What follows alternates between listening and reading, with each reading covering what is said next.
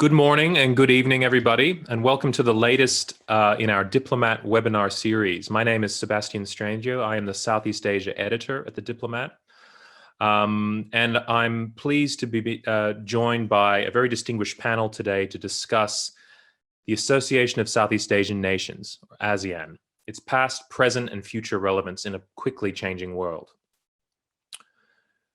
The obvious prompt for this discussion is the recent military coup and subsequent political crisis in Myanmar, which has brought international attention to bear on ASEAN's ability to solve pressing issues in its own neighborhood. For many skeptics of ASEAN, the Myanmar crisis has simply reconfirmed their view that it is an organization that is not fit for purpose. Some of ASEAN's defenders point out that the Southeast Asian bloc's mode of consensus-based negotiations offer perhaps the best way forward in what is a very thorny political crisis in Myanmar. But in general, the crisis has shone a light, has revived old debates about the relevance of ASEAN in a changing world. It has reactivated old criticisms of ASEAN's inability to handle issues in its neighborhood, from refugee crises to the rising power and assertiveness of China to its north. And the Myanmar crisis has also, called into question whether ASEAN deserves its much cherished position of centrality in the region's diplomacy, and even reopened a debate on what centrality means in an age of increasing superpower rivalry between China and the United States. These debates in turn seem to hint at a more fundamental question: whether a regional organization that was established at the height of the Cold War and designed to bridge and reconcile the clashing sovereignties of post-colonial Southeast Asia offers a blueprint for the challenges of the increasingly connected and interdependent world of the 21st century. To discuss these and other questions, I'm very privileged today to be joined by a distinguished panel of regional commentators and experts. Our first speaker will be Ian Chong, an associate professor of political science and associate research fellow with the East Asian Institute at the National University of Singapore. Ian's work has appeared in many academic journals, including China Quarterly and the European Journal of International Relations, and he is also the author of External Intervention and the Politics of State Formation: China, Thailand, Southeast Indonesia, 1893 to 1952, which received the 2013 Best Book Award from the International Security Studies section of the International Studies Association. Joining him from Singapore is Hoang Thi Ha. Ha is the lead researcher for political security affairs at the ASEAN Studies Center at the ISEAS-Yusof Ishak Institute in Singapore. She has also held posts in the ASEAN Department of Vietnam's Ministry of Foreign Affairs and spent 9 years working in the ASEAN Secretariat in Jakarta, with her last post being Assistant Director, Head of the Political Cooperation Division. She holds an MA in International Relations from the Diplomatic Academy of Vietnam. And rounding out our panel is Evan Laksmana, a political scientist and senior researcher at the Center for Strategic and International Studies in Jakarta, Indonesia's premier foreign policy think tank. Evan has held visiting and research positions with the National Bureau of Asian Research, Sydney University's Southeast Asia Center, the Lowy Institute for International Policy, the German Marshall Fund of the United States, and the S. Rajaratnam School of International Studies at NTU in Singapore. He earned his MA and PhD in political science from Syracuse University's Maxwell School. So before we begin, just a quick note on format. I will be inviting each of the speakers to talk for about 10 minutes on various aspects of ASEAN and its present challenges.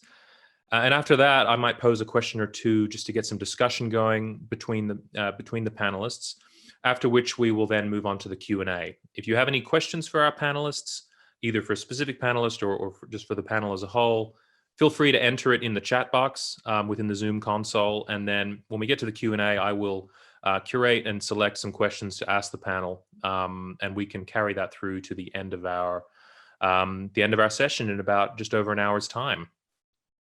And so without further ado, I'd like to call on Ian to kick off our proceedings and to discuss a little bit about how the crisis in Myanmar has reactivated a lot of pre-existing skepticism about ASEAN and its ability to handle the challenges of the 21st century. Thank you, Sebastian. Also, thank you to the Diplomat for the invitation. I'm honored to be here to share some thoughts with you and to engage in a further discussion. So I guess where I'll start is to talk about the risks that the current crisis in Myanmar has brought up for ASEAN and has perhaps reminded us of some of the areas where ASEAN might need to do a little bit more. So I think it's also it's useful at this point to remember that the proposed ASEAN special meeting over Myanmar is due to take place this Saturday. That's almost 3 months after the coup in Myanmar. So why is this particularly pressing? I think for ASEAN, the real risk here is that we may have a failed state, in our region. What does that mean? It means potential spillover in fighting, refugees, human trafficking, a rise in narcotics trade, conflict gemstones, possibly arms running, and as people on the coast get desperate, perhaps piracy towards the northern end of the Strait of Malacca. So these are clearly issues that will affect all of ASEAN, either directly or indirectly, even those on the eastern coast, because insofar as they also depend on the Strait of Malacca, this is going to potentially affect them. So what's on ASEAN's plate is quite a bit, and the key is to try to avoid the sort of worst outcomes, right? And you can imagine when all these things start swirling around, there will be entities, criminal organizations that will be fighting over the profits and all of that come from the potential unrest. So what this brings up then is a question of whether ASEAN is able to keep its own house in order. And this ability to maintain order within Southeast Asia is fundamental to ASEAN's ability to claim that it's somehow in the driver's seat, it's somehow able to take some initiative in regional affairs, that it is key in terms of being central, that all actors who want to have any dealings with Southeast Asia need to take in regard ASEAN's sort of preferences and its interests. And insofar as ASEAN is able to present that sort of more united type of position, it will possibly have more say. The degree to which it is unable to, especially on an issue as pressing as the current Myanmar crisis, this will be very deleterious, right, to those sorts of claims of centrality and being in the driver's seat. Part of this also comes down to, as Sebastian had mentioned, we are now at a moment of intensifying major power competition.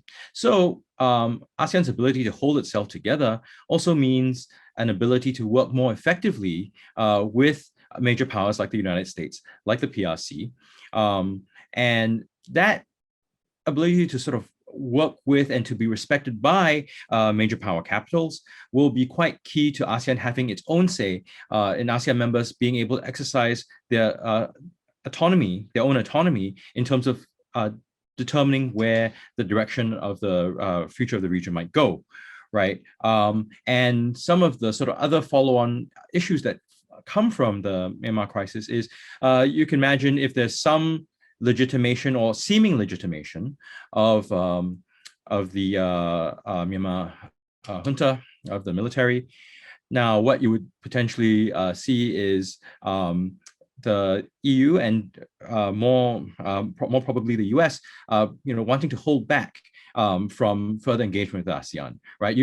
After what happened in Washington on January 6th, you can possibly imagine that the current US administration doesn't want to be seen with a bunch of coup leaders. So if one of ASEAN's sort of big pushes is its summit's ability to bring leaders together, if key leaders don't want to appear at ASEAN events, right? ASEAN's claim on being able to sort of draw different actors together to some sort of negotiating forum will be damaged.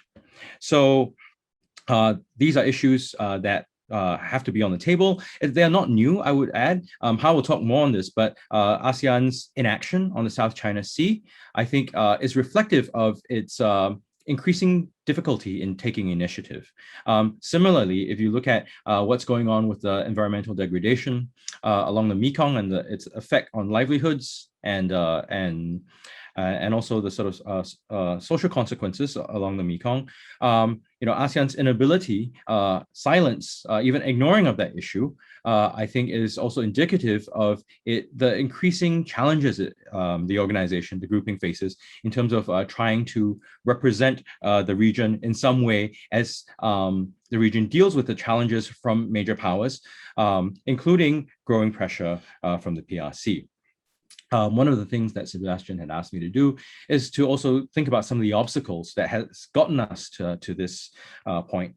I think with ASEAN, it's useful to recall that past performance is no indicator of future return, right? So for whatever ASEAN's accomplishments during the late Cold War, and perhaps even after, we may have to be ready to consider the fact that we are in new territory, and what used to work may not be able to work as well going forward.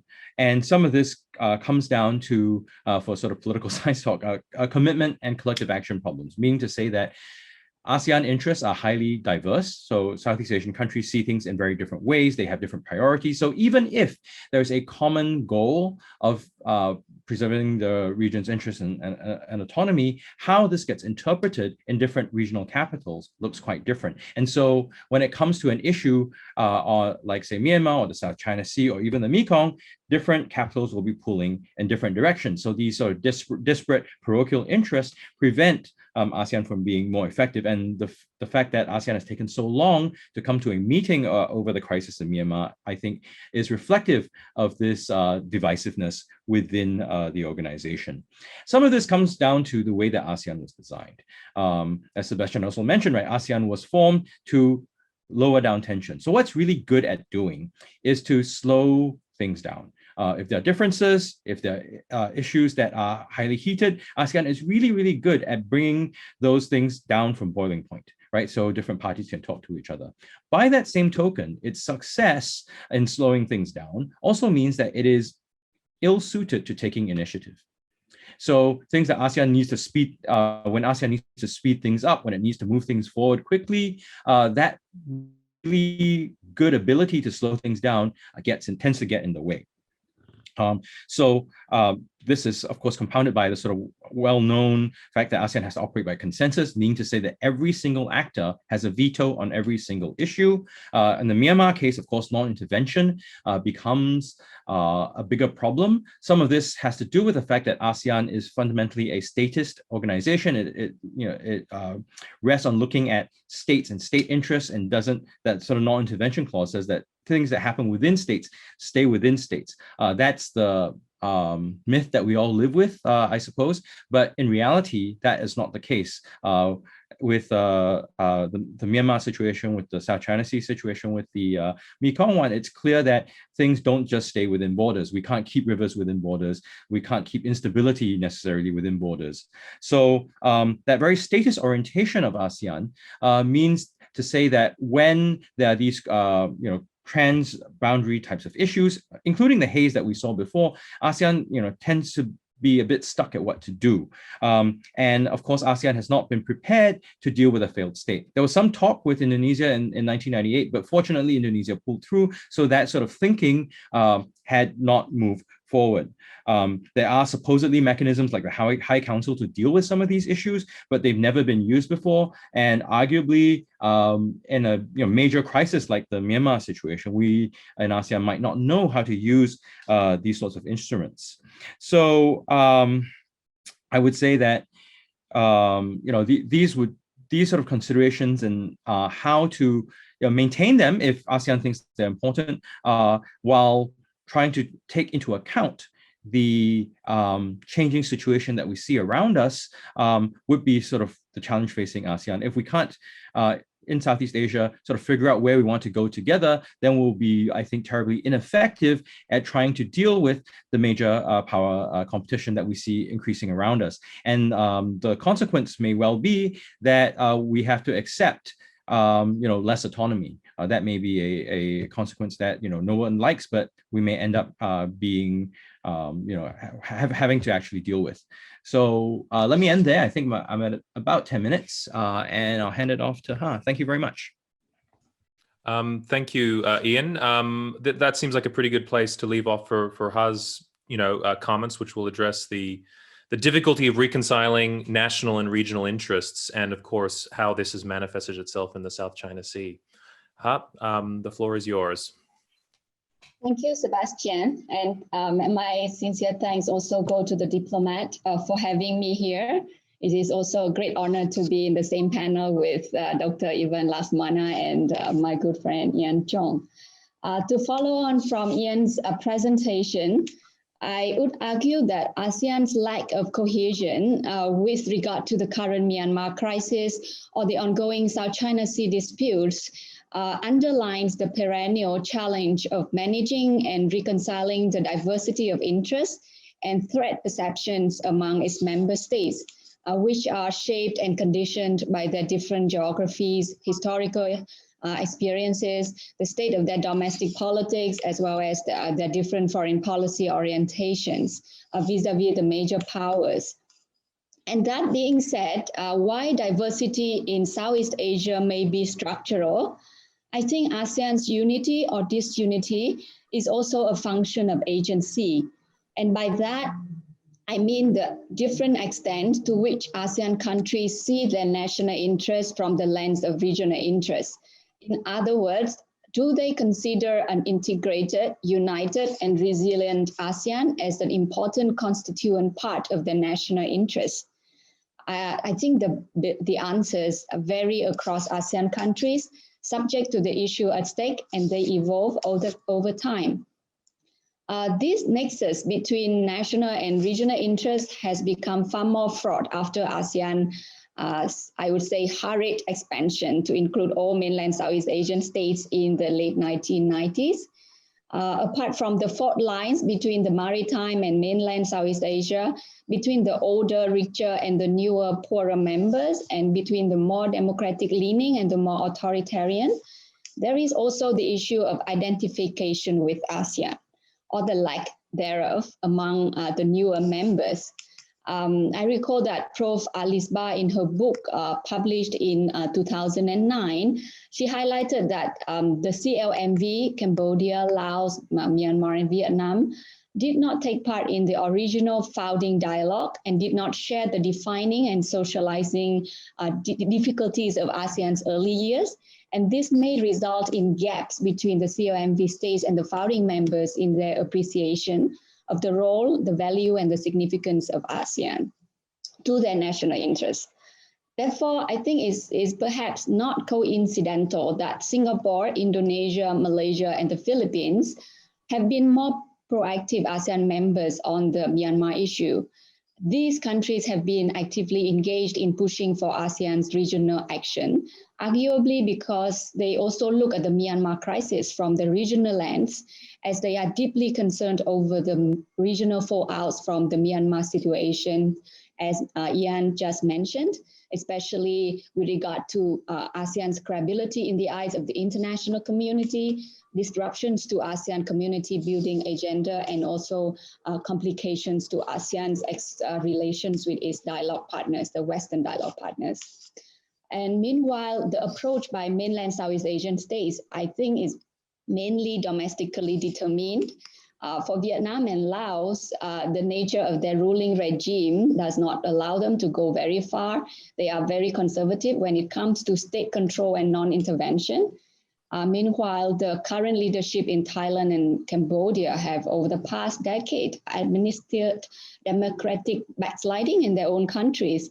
Hence, their heightened sensitivity to how this may extrapolate to their own domestic politics. So the lack of ASEAN's unity on the South China Sea issue also manifests this tenuous relationship between national thinking and regional thinking. ASEAN countries have to calibrate their divergent responses according to their perceived national interests, not only in relation to ASEAN, but more importantly to China, which is a vital economic partner to all and also a political ally to some. So China's rising influence has cast a shadow over the growing self-censorship within ASEAN on the South China Sea.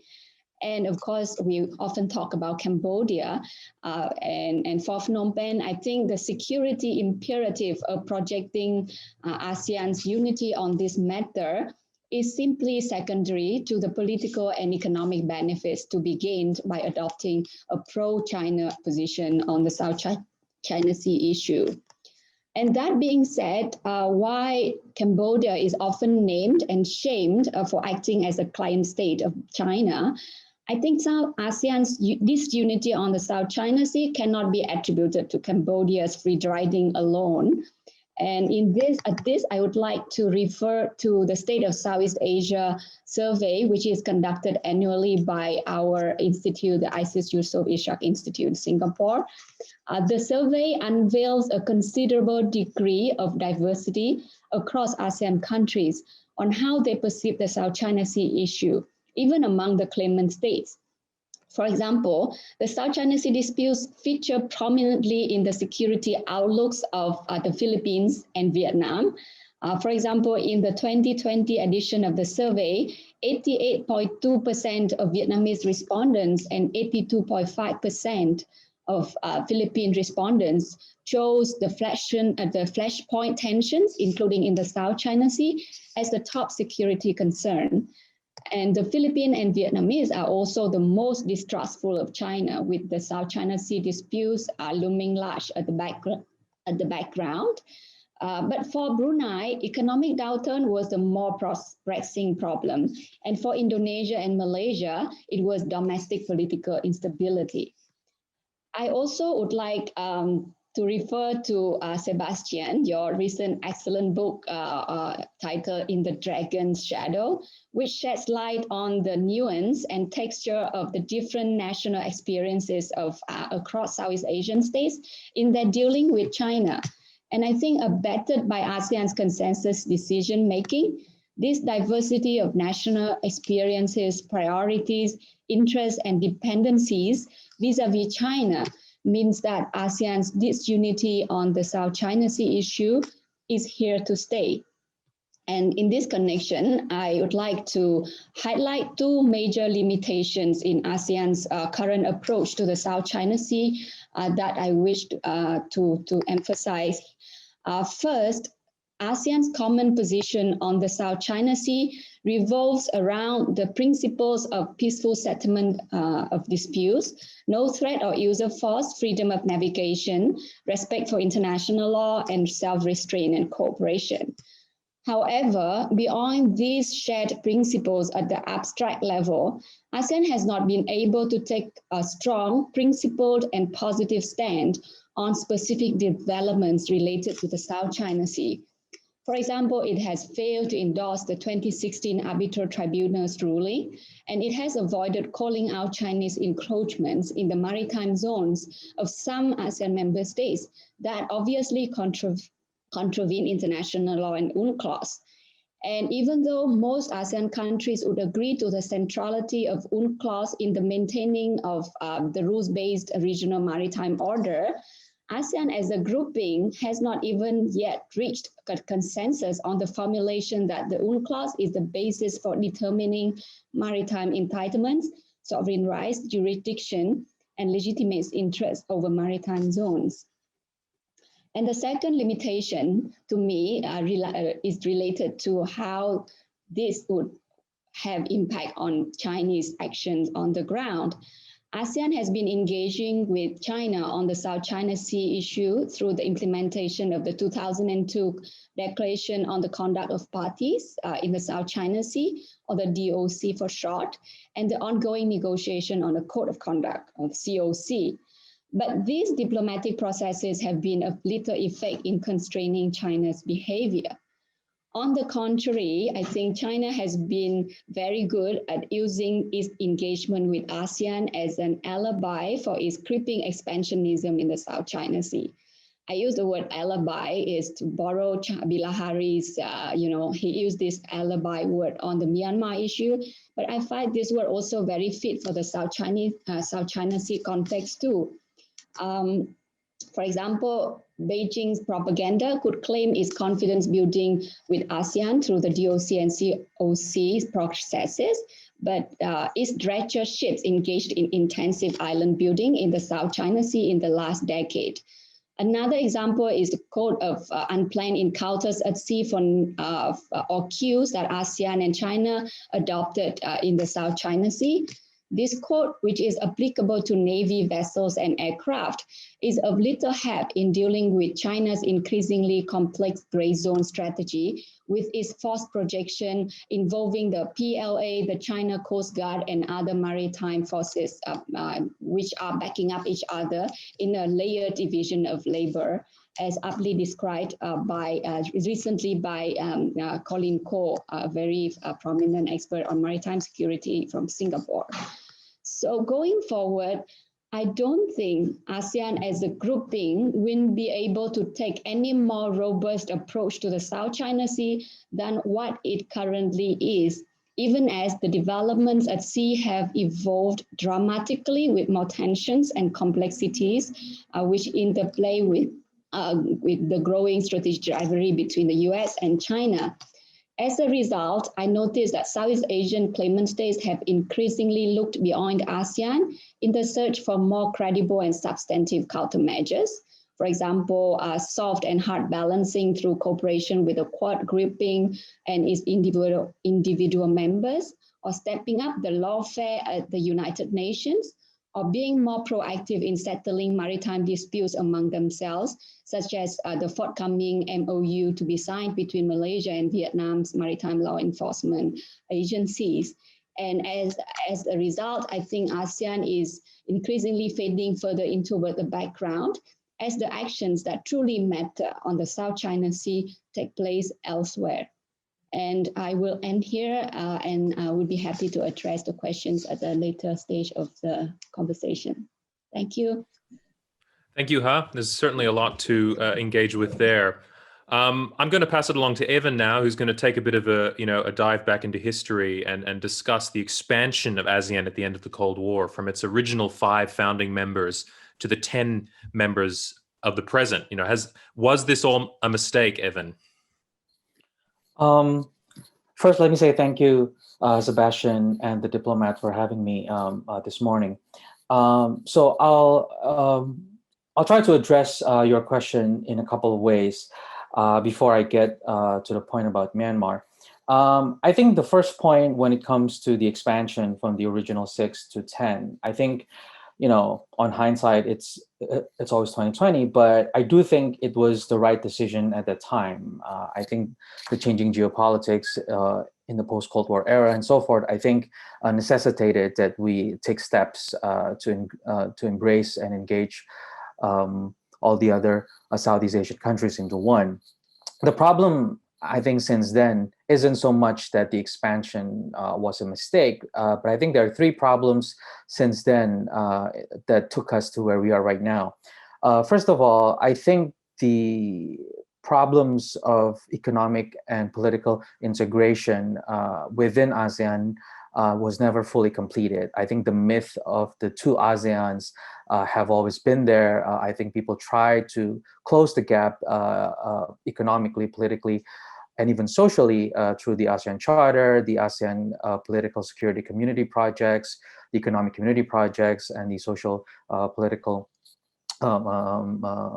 ways to integrate the region. I think just as this was being discussed, I think we also expanded too fast and a bit too fiercely, I think, in terms of engaging with external parties. So at a time when we just sort of recovered following the Asian financial crisis, we created the ASEAN Charter. We tried to push for integration. We never really actually completed those, and yet we kept expanding our external engagement, whether it's the ASEAN Regional Forum, whether it's the ADMM Plus, or even the East Asia Summit. I think we weren't really on solid ground at that time before we started to believe that we can sort of engage external parties and even transport our way of doing business to external parties. Yes, there was a concern with China's rise and so forth, and so we kind of tried to make sure everybody's a part of an inclusive regional security architecture. But in that effort to expand our external engagement, we never really took pains to make sure that our own intra-ASEAN unity and integration are well maintained. And this is not just in terms of some abstract projects about community building, but also from the very minute detail, like what sort of ambassadorship do you put to your fellow ASEAN members? What kind of political and security and economic investment you put in your fellow ASEAN members? How much do you know about mainland Southeast Asia versus how much do you know about China and US and Australia? I think is very it's actually quite jarring. I think more people know about great power politics and external powers than they know about each other in Southeast Asia. So when something like Myanmar happens, we're all scrambling. We're all trying to figure out, how do we convince Myanmar to do X? How do we get Thailand to do X? How do we convince Vietnam to do Y? How do we make sure that Cambodia doesn't channel too much of China's interest? But it's really difficult when the myth of the two ASEANs persists. When within ASEAN countries, we don't really spend that much time fulfilling our own political, security, and economic integration projects, and yet we're still too busy figuring out how to engage with external powers. So I think that's the first point regarding membership expansion. Secondly, regarding Myanmar and whether or not we should be discussing expulsion and all of that. So the first problem is that there is no provision for expulsion in the ASEAN Charter. I don't know whether the drafters of the charter listen a bit too much of the Eagles, where you can enter but you can never leave kind of thing. But the fact of the matter is there is no mechanism to even review membership, both coming in and out of ASEAN, which is why the problem with East Timor's membership is also a bit of a hangover that we haven't really quite figured out at this point. At best, I think there are conversations about something called suspension of activities, vacancy of seats, or shuffling around key roles, like we did maybe a few years ago when we did not want Myanmar to be chair of ASEAN at a particular year, and we shuffled around. So there are ways to get around kind of the sticks and carrots part from the group vis-a-vis ASEAN, but there is no mechanism for expulsion. I think that's very clear. So what do we do when there's no mechanism for expulsion? The key is to find a consensus among the ASEAN 9 on what to do next. And of course, as the previous speakers have mentioned, this is extremely, extremely difficult, not just in terms of the fact that they have different interests, they have different sense of urgency about what's happening in Myanmar, but also, again, there is a sense of perhaps a bit of, well, we don't really know what to do, so we'll just come out with statements doing X, Y, and Z, but we never actually do anything. And I think Indonesia has been trying to lead an effort to get the group as well as the ASEAN 9 to figure out a way to bring Myanmar from the brink. And I think this is why the upcoming summit, hopefully by the end of this week, can seek to achieve something. But the point being is that without a review of the ASEAN Charter, which I think is a key important agenda that's sort of been on the books and has been discussed for several years now, never actually got anywhere. For that, we actually have a provision within the ASEAN Charter that once it's implemented, that you can review it after 5 years. What Vietnam proposed last year as chair was to review the implementation of the charter, not the provision of the charter itself. What we're trying to push, at least from Indonesia's standpoint, is to push for the review of the charter. I think Ian mentioned earlier about the High Council and so forth. The problem with the charter provision when something like Myanmar happens, that there is no crisis management mechanism. There is a dispute settlement mechanism, not a crisis one. So a dispute is a bit tricky because how would you define the problem in Myanmar as a dispute? It's not like the Thai-Cambodia border. It's not like the South China Sea. It's not really a dispute per se. So the kind of mechanisms that people have been mentioning about Troika, the High Council, and so forth, often refers to the dispute settlement mechanism, the good offices of the Secretary General, the role of the ASEAN chair. Those are all within the provisions of dispute settlement, which is very different from what's happening in Myanmar. So I think to circle back to the point about expansion of membership, the one thing that we have to figure out, aside from going back in terms of the focus of figuring out how to close the gap within ASEAN, rather than spending too much time with external parties, is that we now have to figure out a way to revise the charter. Without a revise of the charter in some form, I don't think we can ever reinvigorate the ideas of a full ASEAN community. Thank you. Okay, thank you, Evan. And thank you all for your opening statements. I think I'll get things kicked off. I'll try and kick off a bit of discussion around the question of what ASEAN should do, what ASEAN members should say to Myanmar's military junta when the special meeting is convened this Saturday. I think a lot of people are, there's a lot of expectation building up around this meeting. I think that probably a lot of people will be disappointed with what comes out of it. But, what is sort of the best case scenario for ASEAN given its current structural constraints and the sort of the differing interests of the ASEAN 9? We can go. We could start with you, Evan, and then move backward through our three panelists. If that works for you.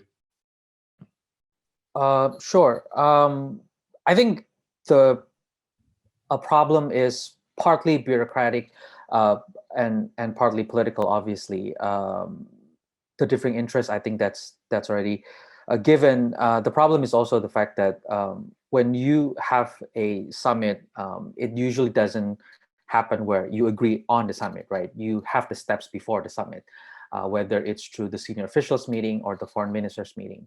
This all must be taken into account because the agenda of the ASEAN chair is sort of set ahead of the year. And of course, with Myanmar, that means you have to change the schedule around. So there is a bit of some bureaucratic challenges there in terms of figuring out, do we have enough time to negotiate let's say a proposal for a humanitarian pause and so forth. I think it's a real challenge. I do think, however, that the problem with Myanmar is also that nobody really wants to touch this. Countries with actual ties and leverage like Singapore and Thailand don't really want to push further ahead and actually use their leverage to do certain things in terms of engagement with Myanmar. And others like Indonesia, we would like to help out with a proposal or a way to get the countries together, but we also realistically don't have a leverage on our own. So we do need to have a collective leadership, I think, with regards to the Myanmar issue. The problem, I think, is to what extent these conversations within the ASEAN 9 should take place first. So therefore, you have some sort of consensus among the 9, and then you approach Myanmar? Or do you actually have a conversation first between a few Southeast Asian member states and Myanmar, and then you bring it to the 9, and then you have a semi-consensus among the 10? I think the sequencing sort of matters. But at this point, as far as we can tell, it's only Indonesia's proposal for a humanitarian pause and assistance that's sort of on the table. And I think this is something that's currently being worked out. Ian, do you have any thoughts on this question of the special summit this weekend? I go first? Sure, okay. Yep. I think in early March, there was the informal ASEAN foreign ministers meeting to discuss exactly the same issue. I think we would not want the upcoming ASEAN summit to end up in the same way as the informal ASEAN foreign ministers, because for the credibility of the summit, it is considered the supreme policy-making body in ASEAN. So even though ASEAN has no enforcement mechanism or compliance, but the ASEAN summit is important in the sense that, you know, when we have it is the last resort. So we hope that the minimalist approach, whereby you just have a chair statement in which you refers to all issues, and as the Myanmar issue is just one of the many, and you know, ASEAN just expresses its willingness to have, without any concrete arrangement for ASEAN to play a role, a visible role on the ground. I think it would not have ASEAN's credibility as well as the credibility of the ASEAN summit. But the current situation is still very vague and murky. I really don't know how much and how far ASEAN can push the military government. It depends very much on the balance of power on the ground in Myanmar, as well as whether the remaining 9 ASEAN countries can get their act together and exert a united, strong pressure on the military government, and at the meeting whether these leaders can, you know, impress upon Min Aung Hlaing that, you know, it is in the interest of Myanmar, as well as you have to take into account the stake for ASEAN, for ASEAN to be seen in to have a play to play a role in this situation. And I think some kind of middle of the road option would be for Myanmar to allow ASEAN to play a humanitarian role, first of all. And as Ivan mentioned, as long as we can open the door and ASEAN is seen on the ground, maybe the violent crackdown will have to be tempered, and to give some kind of face to ASEAN as well. So I think the situation is still very fluid, and I really don't know how much and how far ASEAN can push the military government. And it depends very much on the objective of the military government when it comes to the summit, whether, you know, it just wants to have a seat at the table for legitimation purpose, like the Kim Jong-un purpose when it is at the Trump summit, you know, instead of, you know, giving any substantive compromise. Thanks. Ian, do you have anything to add? Yeah, so I would flip the question around and ask, you know, what would it take for the Tatmadaw to want to have any compromise? I guess this sort of lifts off Ha's point. And what can ASEAN do there? Because I think talking and all that, there's no self-evident reason why the Tatmadaw would want to listen to ASEAN or want to give in or want to compromise, especially when they feel that they have the upper hand, right? So what can ASEAN and different ASEAN members do? I think one thing is legitimation. I think Min Aung Hlaing's participation at the ASEAN Chiefs of Defense Force meeting and also this upcoming summit, one of the things that they seem to want, right, is legitimation, which will possibly help them domestically, you know, signaling to the unity government and others that you know, they're not going to get anywhere internationally. So that's one thing ASEAN can withhold or temper or condition, but that's not what ASEAN is currently doing, as it would appear to me. Also, ASEAN has talked about having some sort of negotiated arrangement. Whether they get there's a different question altogether, but a negotiation will involve different sides. So how and whether it decides to bring in the unity government and others is a question that I think remains up in the air. So these, I think, would be the two main things that ASEAN might be able to do collectively. But as Evan and I had mentioned, you know, getting the other ASEAN 9 to sort of figure out you know, how to reach these sorts of goals, you know, it's like pulling teeth, right? So I'm not sure how we're going to get there. Then the other, which which Evan had also mentioned, what different states would do. And here, I think I agree that Thailand and Singapore probably has more leverage, right? It's about what you can offer them, meaning them being the Tatmadaw, to get them to change course. Whether this is some enticement or whether this is some sort of imposition of cost. So for enticement, there's always a commitment problem, right? You can offer them stuff. What if they take the things on the table and just leave and just walk? In terms of imposition of cost, there are actually things that, say, Singapore could do, but has avoided. I think there's no political will. So being more transparent about the sorts of business dealings that the Tatmadaw has with Singapore entities, either directly in Singapore or through Singapore subsidiaries or Myanmar subsidiaries of Singapore companies, so on and so forth, where then civil society and others can add pressure. That's one possibility. That's probably more moderate. There is, of course, the possibility of targeted sanctions that call for that put pressure on particular military leaders or military units, the lifting of which will be predicated on negotiation and steps forward on the negotiation process. Another possibility might be to work on some sort of arms embargo, or as well as the embargo of dual-use technologies. These are all possibilities. They are not being taken because I don't think it's something that states like Singapore are ready to be upfront and to lead on.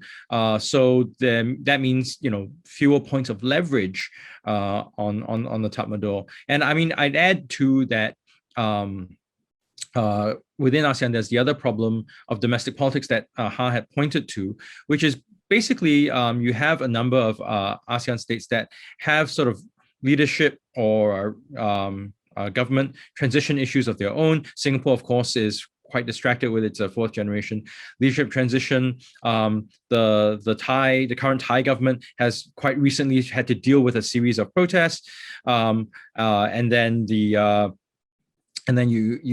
have questions of leadership in Malaysia as well. So some of the sort of key actors that would usually take a more active role are a bit out of their A game right now. So how we move ahead, I think, is going to be quite trying under these conditions. Right, thank you. So we'll move on to the Q&A now. We've had a couple of questions that jump off from the points you've all been making about this weekend summit, and we've got a couple of questions that ask if there's any possibility of ASEAN engaging with the newly announced National Unity Government representing the ousted NLD administration, and if so, through what forms or mechanisms? Do any of you see any likelihood of ASEAN recognizing or perhaps engaging with this National Unity Government, which has a strong moral claim to represent the will of the majority of the Myanmar people? I can take a stab at it first if you want. Sure. I think it's going to be tricky. I mean, it's something that has to be done if we're looking at some sort of negotiated settlement. So you have to have the different parties at the table. However, it's going to set up a very tricky precedent for ASEAN. So ASEAN's very statist non-intervention view, what this effectively means is to say they're going to be talking to a group that might be a challenger alternative regime within a country. Does that then open the door for sort of other similar kinds of talks with other entities within different ASEAN states who also have issues with secession and questions about the legitimacy of various governments? So I think there will be some worry about that kind of precedent, despite the fact that it's probably necessary for a negotiated settlement to bring the unity government on board somehow. Sure. I think there's 2 points that have to be made clear about the NUG. One is, are we talking about the goal for the upcoming summit, or are we talking about beyond? And number two, I think there's a distinction to be made between existence and legitimacy. I think it has to be made clear that ASEAN cannot determine who is legitimate to represent the people of Myanmar. The legitimacy question has to be decided by the people of Myanmar themselves. So ASEAN cannot decide on legitimacy in that sense. As far as existence goes, I think it's not surprising to know that regional countries, including China, have acknowledged the existence of non-Tatmadaw entities and stakeholders, whether it's the RPH or whether now it's NUG. I think there is an ongoing communication with regional governments as well. So the point being is that if the goal of the summit now, I think, is coming very soon, I think we have to be clear that for the upcoming summit, there are three maximalist or super ideal goals to achieve. One is to end the violence, and two is to deliver some form of humanitarian aid to the people of Myanmar, and three, to figure out a way that ASEAN can facilitate a Myanmar-led and a Myanmar-owned dialogue process. ASEAN cannot determine the content of its dialogue or how it's going to come about. ASEAN can facilitate the process, but the content of the dialogue and therefore the legitimacy of whichever entity is being discussed depends on the people of Myanmar themselves. So I think if the goal of the summit now is within these three broad parameters, I think it's sort of clear that we have to make some difficult choices. That doesn't mean we don't acknowledge the existence of NUG, but I think in the lead up to the summit, in which we need to end the violence, we do have to make some difficult choices, including having that conversation with representatives from the SAC. In the future, however, beyond the summit, are we excluding the possibility of perhaps less interaction with SAC and more interaction with NUG? Of course, that's a possibility. But right now, what we're concerned about is the summit. So we need to figure out a way to make the summit a success. And if we get into a debate about who is the legitimate representatives, when we obviously don't have the credibility to do so, because it is up to the people of Myanmar, it's not up to us, I think that would derail the chance of the summit. And right now, as of today, there is no other option. Is there a UNSC option? Is there a unilateral intervention option? Is there an R2P option on the table? Not right now. So right now, the only option for a regional diplomatic breakthrough is ASEAN. So right now, I think we're all concerned about how do we make sure that the summit is a success, because as Ha mentioned, it is a possibility that we might get a repetition from the informal foreign ministers meeting a couple of months ago, where there seems to be a conversation, you say your piece, I say my piece, and then we all go home. And I think that's what we don't want. I think we want a commitment from the ASEAN states, including Myanmar, on how we can get them on board on in terms of ending the violence and deliver aid and restart dialogue. I think that's the main goal right now. Do you have anything to add to that, or should I move to the next question? Please move on. Okay. We've got a question here from John Brandon from the Asia Foundation, I believe, in DC. If ASEAN cannot take initiative, especially during times of crisis, should ASEAN and extra-regional powers no longer emphasize the importance of ASEAN centrality in the broader Asian regional architecture?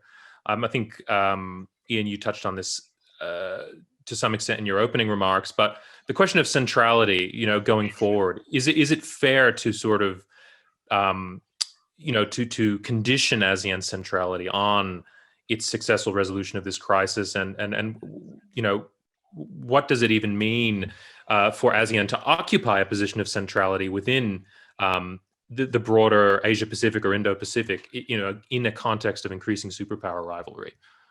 Do any of you want to have a stab at that? Do you want to go? Oh, okay. The way the question is framed seems to me that the person who asked the question really takes ASEAN centrality very seriously. I think ASEAN centrality has many dimensions, and ASEAN still needs to sing the theme of ASEAN centrality because it serves their interests. For example, for Vietnam, when you talk about the South China Sea issue, it is very important for Vietnam to emphasize that ASEAN has the centrality on this issue, because we need to make sure that international law prevails, the UNCLOS prevails, for example, and the dialogue partners, the major powers, when they mention that they support ASEAN centrality, it means that ASEAN plays an important role in their engagement with the region that serves their economic, political, or strategic interests. So we cannot look at ASEAN only purely from the Myanmar lens, because ASEAN has other values and that cannot be determined simply by how it approaches and whether it can help address the Myanmar issue. So, but of course, the Myanmar issue is very important and it is really corrosive to ASEAN's credibility. I would not use the word centrality, because centrality to me is quite a fabricated term. ASEAN's credibility is more relevant in this context because the Myanmar issue happens in its own backyard. And if ASEAN doesn't play a meaningful role in effecting positive change, then it will face, it will have a very serious fallout to the region. And it has a member state on the brink of a failed state. And also the likelihood of a full-blown civil war in its own backyard, which is really, really serious. So ASEAN must be central to its own people and its own member states, and that is important. But to say that, ASEAN, the Myanmar issue is a single determinant of ASEAN's centrality in the broader geopolitical landscape, I don't think so. I could add on to that if that's okay. So I think ASEAN will emphasize its own centrality just out of self-interest, but the question is not so much what ASEAN thinks, but what how various Southeast Asian countries act. And here, I think Ha's earlier opening comments give us a clue, right? Where their efforts to reach out and work with extra regional powers on a variety of issues. I think this is suggestive of a certain degree of lack of confidence in what ASEAN centrality might mean. I mean, it's ASEAN centrality to sort of be central, to drive things, that's an aspiration, but whether that aspiration or when that aspiration can come to fruition remains a question. And I think I don't think ASEAN centrality, so on and so forth, rises or falls on the Myanmar issue. Indeed, its relevance and credibility too. I think what the Myanmar crisis is highlighting is sort of ongoing chronic problems within ASEAN. As I've mentioned, right, the efforts to address the South China Sea issue via ASEAN has been at best slow and at worst sort of riven by division. The Mekong issue that I had highlighted in the beginning doesn't even come up, even though this affects mainland Southeast Asian states quite significantly. So if ASEAN has a claim to centrality, it's not just how the organization positions itself, it's how it watches out for the interests and concerns of various members, even if the sort of effects, right, that the various members are feeling aren't sort of evenly spread across the organization. And so to the extent that ASEAN has difficulties in reaching these sorts of goals, then Southeast Asian states may be looking at other partners to do various kinds of engage in various kinds of activities to solve various kinds of problems that they face, and that may potentially sort of undermine ASEAN's position and its over time its ability to represent the region, which is a real concern, but one that I think we should sort of be aware of, rather than to sort of keep repeating centrality and to sort of pretend doesn't exist. So, I mean, ultimately, you can be central, but completely ineffective and inconsequential.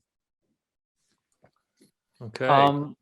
If I can add very quickly on that point, I think the biggest problem with ASEAN centrality as a concept is that ASEAN member states define it differently than external partners. External partners define it in terms of outcome and to what extent can ASEAN solve problems, whether it's solving Myanmar, solving South China Sea and so forth. Where ASEAN, as can be seen in the charter, ASEAN centrality is about agenda setting. It's about process. It's about process of continuous engagement with external parties through ASEAN-led mechanisms, whether it's the ARF, ADMM Plus, or others. So these two starting points that's completely different, I think, is why we always have a debate about glass half full, half empty when it comes to ASEAN centrality. But I do agree with Ha as well that it is not defined solely by one issue, whether it's the South China Sea or Myanmar. I think there's a wider regional architecture that needs to be taken into account. Secondly, it should be clear as well that ASEAN centrality is not designed to please external partners. Just because the external partners are not happy with ASEAN in how ASEAN does things, that doesn't mean ASEAN centrality is diminished. When things are hard with Myanmar in the early days of the coup, who did the UN Special Representative to Myanmar try to communicate with? They tried to communicate with ASEAN member states. So to suggest that ASEAN is simply irrelevant, it doesn't seem to be the case. In fact, regional partners from China, from India, and Japan, they all support in terms of ASEAN's effort to address Myanmar. Now, we can disagree about why they support ASEAN's efforts, but I do think that in this particular instance, I don't really see the missing part of ASEAN centrality in Myanmar. I think right now we're front and center. Are we going to be successful at it? That's a different matter. But in terms of the effort, we are central. Okay. Well, we've just hit time, and so I think we'll wrap things up. On behalf of the Diplomat, I'd like to once again extend my gratitude to our three panelists. We could have continued to mull over these questions for another hour, I'm sure. There's a lot more that we didn't get to. But it just suggests, how complex these issues are, and yes. So once again, thank you so much to the three of you for sharing your insights with us, with our audience, and I look forward to potentially seeing you all here again at some time in the future.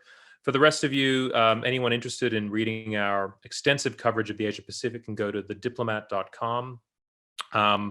And we will be holding more regular webinars about once a month, and so details of those will be made public on our Facebook and Twitter feeds as well as on our website. So thank you again for attending, and all the best for the rest of the day. Thank you very much. Thank you, Sebastian.